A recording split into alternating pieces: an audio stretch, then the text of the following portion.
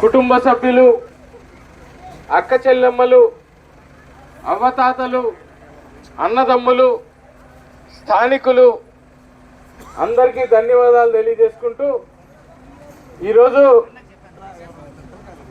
ఒక మార్పును తీసుకొని రావాల్సినటువంటి అవసరం మన రాష్ట్రంలో, మన నియోజకవర్గంలో, మన మండలంలో, మన గ్రామాల్లో అందరికీ కూడా ఉంది అని చెప్పి మీ అందరికీ మనం చేసుకుంటూ ఉన్నాను.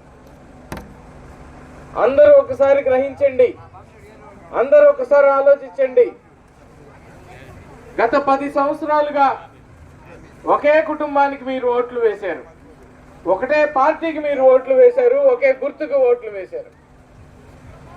వైఎస్ఆర్ కాంగ్రెస్ పార్టీ ఫ్యాన్ గుర్తుపైన మేకపాటి వాళ్ళు వీరి యొక్క కుటుంబం నుంచి ఒకరికి 3 ఎన్నుకున్నారు, ఎమ్మెల్యేగా, ఎంపీగా, ఎమ్మెల్యేగా, మళ్ళీ బై ఎలక్షన్స్ లో ఎమ్మెల్యేగా.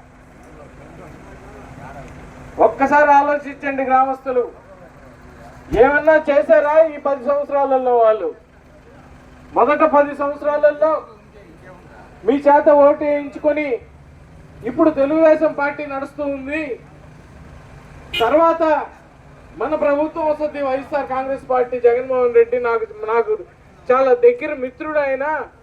ఆయన ముఖ్యమంత్రి అయితే నేనైనట్టే,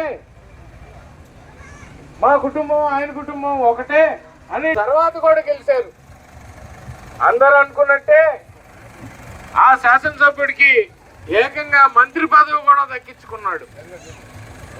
ఆత్మకూరు నియోజకవర్గంలో మీరు ఓట్లు వేసి గెలిపించినటువంటి శాసనసభ్యుడు మంత్రిగా కూడా సహచర్యంలోనే, ప్రభుత్వంలోనే ఉన్నాడు. ప్రాజెక్ట్ అన్నా కట్టాడా? దాహార్తి తీర్చేటటువంటి ఇరిగేషన్ కార్యక్రమాలు ఏమన్నా చేశాడా?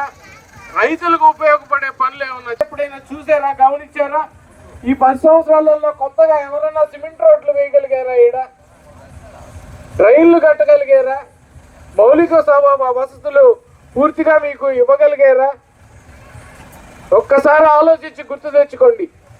10 సంవత్సరాల క్రితం ఆనం రామనారాయణ రెడ్డి గారు 5 సంవత్సరాలు ఇక్కడ శాసనసభ్యుడిగా ఉన్నారు, మంత్రిగా కూడా ఉన్నారు. వీళ్ళలాగానే అక్షరాల ఆయన ఇక్కడికి తీసుకొని వచ్చి డెవలప్ చేసినటువంటి నిధులు చూస్తే 3600 కోట్లకి ఆయన అభివృద్ధి కార్యక్రమాలు కూడా చేశారు. అభివృద్ధి చేసేదానికి ఆయనకంటూ ఒక ప్రణాళిక ఉంది, ఆయనకంటూ ఒక బాట ఆయన మనసులో ఉంది.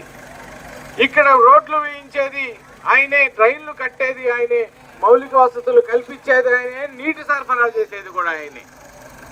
ఇరిగేషన్ పనుల ద్వారా మీ అందరి, ముఖ్యంగా రైతులందరికీ కూడా పొలాలకి నీళ్లు తడిపేటటువంటి నీళ్ల దాత కూడా ఆనం